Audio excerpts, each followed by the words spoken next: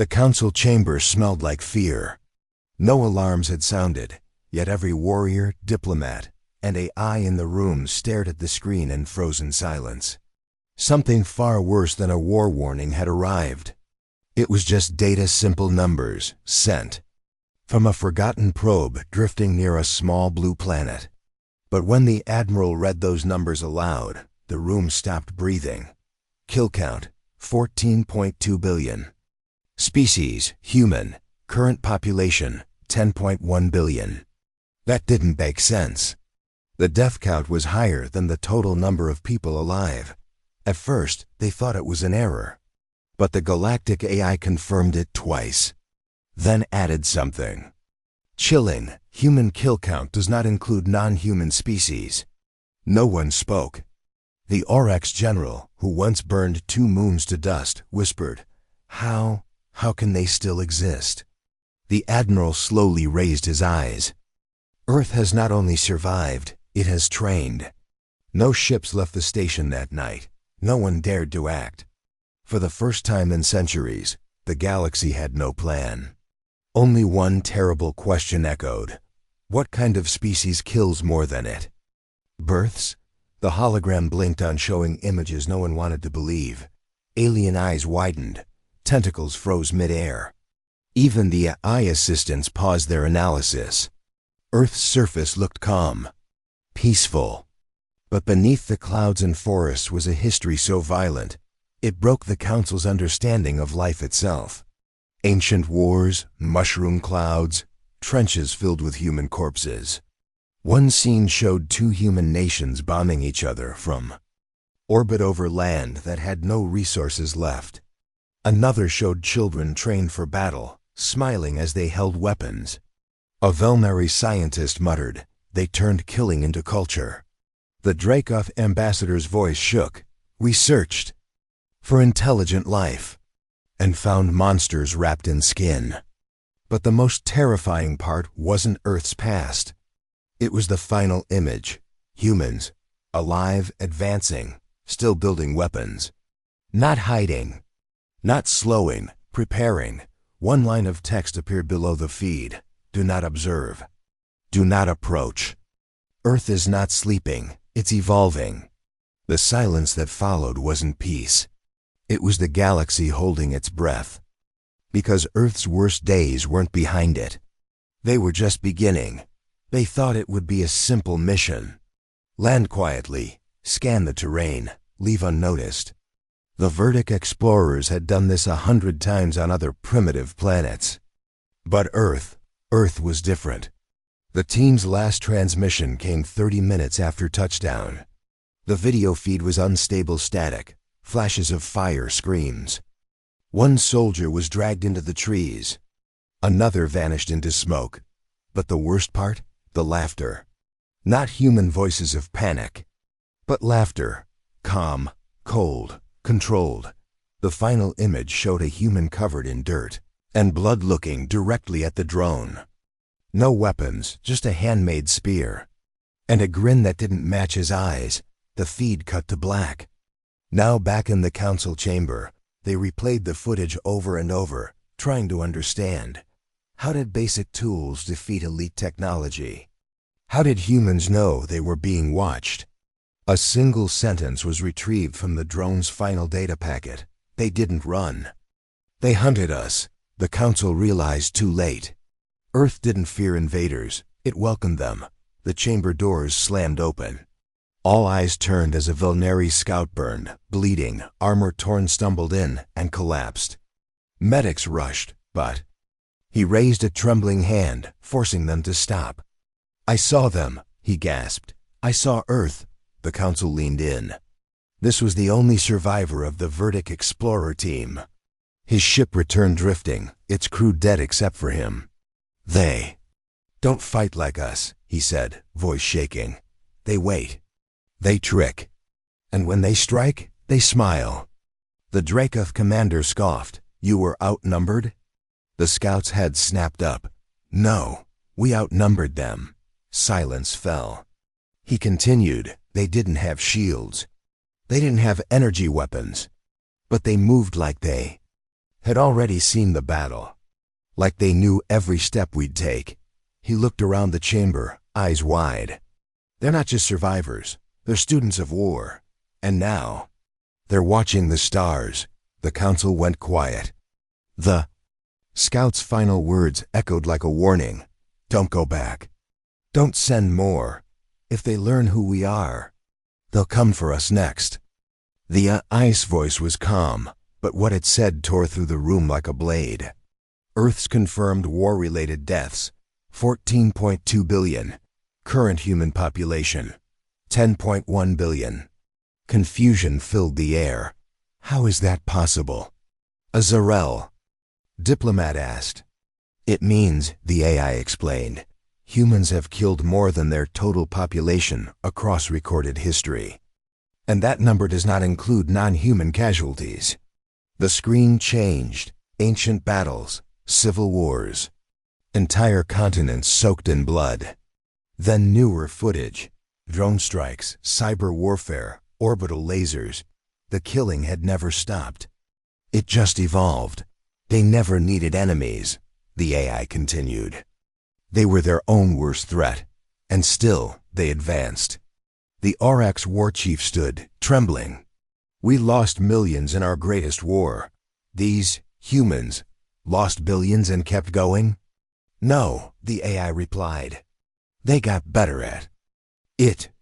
A moment later, the final slide appeared, 3 words written in human code. Found buried in Earth's military database. Victory through repetition.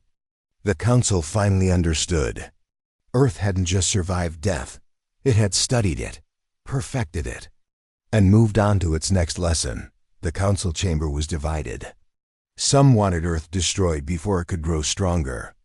Others argued for peace, fearing the humans might strike back harder. The debate was fierce, but no one could deny the truth. Earth was unlike any known species. Suddenly, the eye interrupted. Earth sent a signal last week, encrypted, but we decrypted part of it. The room fell silent as the message played. A calm human voice said, "We see you watching. We know you fear us. But do not mistake patience for weakness." The screen showed Earth's armies training in deserts, mountains, and ruins, men and women preparing for war with old weapons and new tech. A general whispered, "They fear peace, because peace makes them slow." The eye added, "The signal ended with a warning. We are ready." No one in the council could predict what ready meant. But everyone knew one thing. Earth was no longer a hidden world. It was a force waiting to rise. The galaxy held its breath, wondering. Comes next? The council chambers shook not from attack, but from argument. Shouts echoed across the dome as dozens of alien races clashed over one burning question. What should they do about Earth? Destroy the planet now, demanded a Vorthax warlord. Before it spreads. No, hissed a Zirel elder. We must hide. If they detect us, we may not survive their retaliation. They're primitive, another shouted. Their tech is centuries behind. But the II projection interrupted again, voice cold and clear. Primitive does not mean powerless. Earth adapts faster than any species on record. Then came the worst revelation. The probe sent to observe Earth had been found disassembled and rebuilt into a communications array, now broadcasting across nearby star systems. The message? We are not alone. And neither are you. A silence heavier than gravity filled the room. Some demanded immediate attack.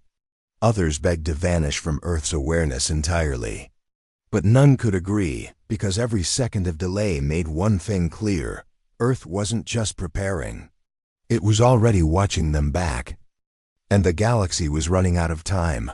A human ambassador appeared on the giant holoscreen, calm and confident. The entire Galactic Council watched in stunned silence. "I am here to speak for Earth," he said with a steady voice. "We know. You have counted our deaths. You have studied our history. But you have not seen our future." Behind him, the screen showed Earth's surface vast armies training, cities rebuilt after destruction, people preparing silently for a war no one wanted to start. We do not seek conquest, the ambassador continued, but we will defend what is ours. We do not fear war because we have mastered it. And we warn, do not mistake our patience for weakness. The Dracoth general leaned forward, whispering, they fear peace because peace makes them slow.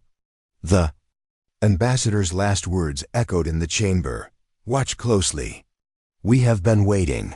Now we are ready. The council was left with a chilling question. What does ready truly mean for the galaxy? The fleet moved in total silence.